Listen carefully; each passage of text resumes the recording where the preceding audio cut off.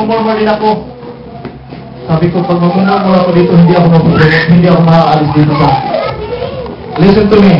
If you want to get out from where you are, then stop murmuring. If you want to be promoted from where you are, then stop murmuring. Ang problema, lagi ka nagmumurmur. Hindi ko naman trabaho to eh. Ang trabaho ko, dusting na, bakit mabugasin ako? Ginagawa ko rin yun. Ay, hindi ko trabaho yun na. Ang usapan, ganito lang. Kasi ngayon, magkatrabaho na naman ako. Ganito, pupunta. The moment I stop murmuring, the moment you stop murmuring, the favor of God will come over you. Kaya kung gusto mong manatili sa pinanggalingan mo ngayon, sige, magmurmur ka lang, magmurmur. 30 years kang dyan. Stop murmuring. Sabi mo nga sa katabi mo, stop murmuring. Okay? So, let's go. May natutunan na pa tayo. Kung gusto natin umusat, huwag tayo mag-murmur. Continue. Numbers 20:14. Ano meron sa Numbers 20:14?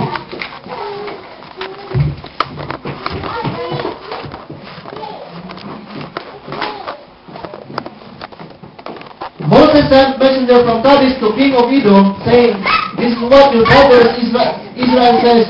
You know about all the hardship that we have come upon us. Our forefather went into Egypt and we lived there for many years. The Egyptians mistreated us and our fathers, but when we cried out to the Lord, He heard our cry and sent angels and brought us out of Egypt. Now we are here at Kadesh, a town of edge of your territory. Please let us pass through your country." Now, sabi ni Moses, ang mga relatives na mga Israelite ni Jacob, yung mga Edomites, nandito nakatira. Sabi ni Moses, galing sa Kadesh, pwede bang makikidaan lang sa teritoryo nyo? Dadaan lang kami.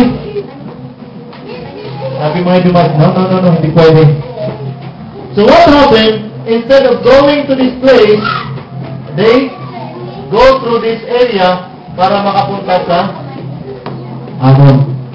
So hindi sila pinagbigyan at ng relatives. Sino dito hindi pinagbigyan ng mga relatives sa kamay? May mga pagkakataon na pumunta sa relative mo, hindi ka pinagbibigyan. Nandun ka sa area na yun, na Eastern Wilderness. May mga relative ka, punta ka ng punta doon. Ikaw lang pumupunta, ayaw nila sa'yo. Umiwas ka doon. Pag hindi ka winner ka, pumunta ka ng ibang daan. Hello? Sabi na yun, no, hindi ka pwede pumunta rito. Ang sabi, hindi pwede. Not to be pilit. They passed, go through, and they went to Amon in 14. Sabi doon, in Deuteronomy chapter 2, verse 24, Deuteronomy chapter 2,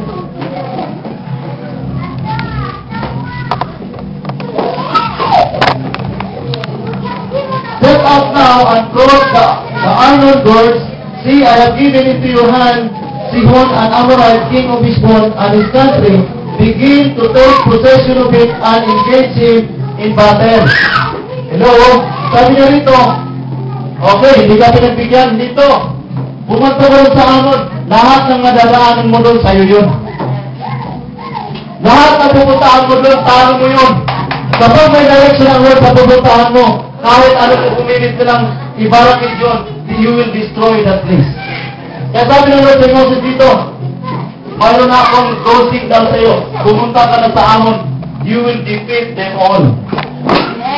Pupuntaan ka lang yun. Pupunta ka man sa Amon, you will defeat the people who are living there. And you will start possessing. Malapit ka na sa promised land. You know it? Then, in verse 15, number 15, malapit na rin tayo sa oras. Deuteronomy chapter 34, are we learning something today? Deuteronomy chapter 34, verse 1 to 4. Ito yung masakit, Sister Baby. Then Moses climbed Mount Nebo from the place of Moab to the top of Pisgah, approached from Jericho. There the Lord showed him the whole land from Gilead to Dan, all of the Naphtali territory, Ephraim and Manasseh, and the land of Judah as far as western sea, the Negev and the whole region from valley of Jericho, and the city of palms to Zoar. Then the Lord said to him, this is the land I promised on oath to Abraham, Isaac, and Jacob, when I said, I will give it to your descendants. I have let you see it with own eyes, but you will not cross over to it. Hello? Intindihin mo natin, ha? Sabi ng Lord, Moses, umakyat ka sa Mount Nebo. Papatanaw ko sa iyo promise na pinangako ko sa kay Abraham, kay Isaac, and Jacob. Pero pasensya ka na, hindi ka makapunta. Nagmurmur pa yun eh.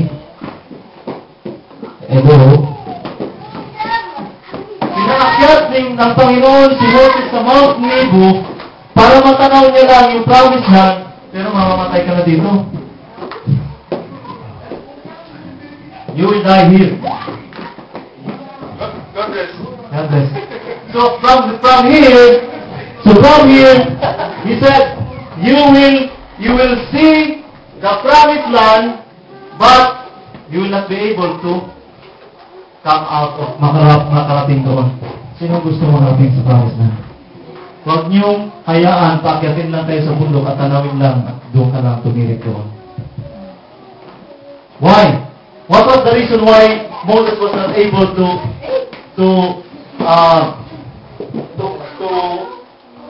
reach the Canaan? Sabi ng Lord, utusan mo ang bato, may lalabas na tubig dyan. Sa yamot ni Moses, pinupok niya yung bato. Sabi ng Lord, hindi mo ako nirespeto. Hindi mo ako nirespeto sa harap ng kongregasyon. Sinabihan kita, I told you, speak to the stone, and you hammer it with your staff. And that was the reason hindi nakapasok si Moses. Huwag niyong hayaan sa long term na paglilingkod niyo, hindi niyo makapasok sa promised land.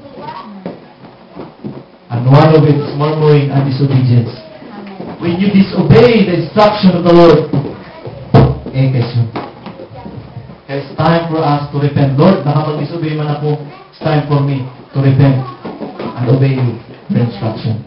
So natanaw ni Moses, in number 15, sabi nun sa Numbers 33, verse 50,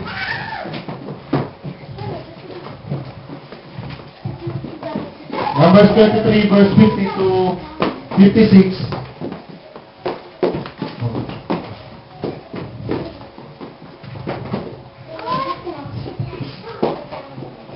verse 50 to 56. Sabi niya dito, on the place of Moab by the Jordan across from Jericho, the Lord said to Moses, speak to the Israelites and say to them, when you cross the Jordan into the Canaan, drive out all the inhabitants of the land before you, destroy all their carved images and their cast idols, and demolish all their high places. Take possession of the land and settle in it, for I have given you the land to possess. Distribute the land by lot according to the clans. To the larger group, give the larger inheritance, and a smaller group, smaller one. Whatever falls to them by lot to theirs. Distribute according to ancestral tribe. So nagkaroon na ng distribution ng blessing pagdating dito. Sino ang gusto magkaroon ng parte ng blessing? So, when you cross from Mount Nebo, going to this area, there will be a distribution of blessing. So ito para to sa iyo, Orville, ito para to sa Sister Lam, ito para to sa Noel, ito para to sa Manny. There will be a distribution of blessing. After you have crossed these different stages of a journey towards the promised land. And the last one, second to the last, in Joshua chapter 3, chapter 3 and chapter 5, God demonstrate once again when Moses died, it was Joshua who replaced Moses. God demonstrate once again to divide the Jordan River. Tumawid sila sa Jordan River. Dito ho, hinati ni Joshua ang Jordan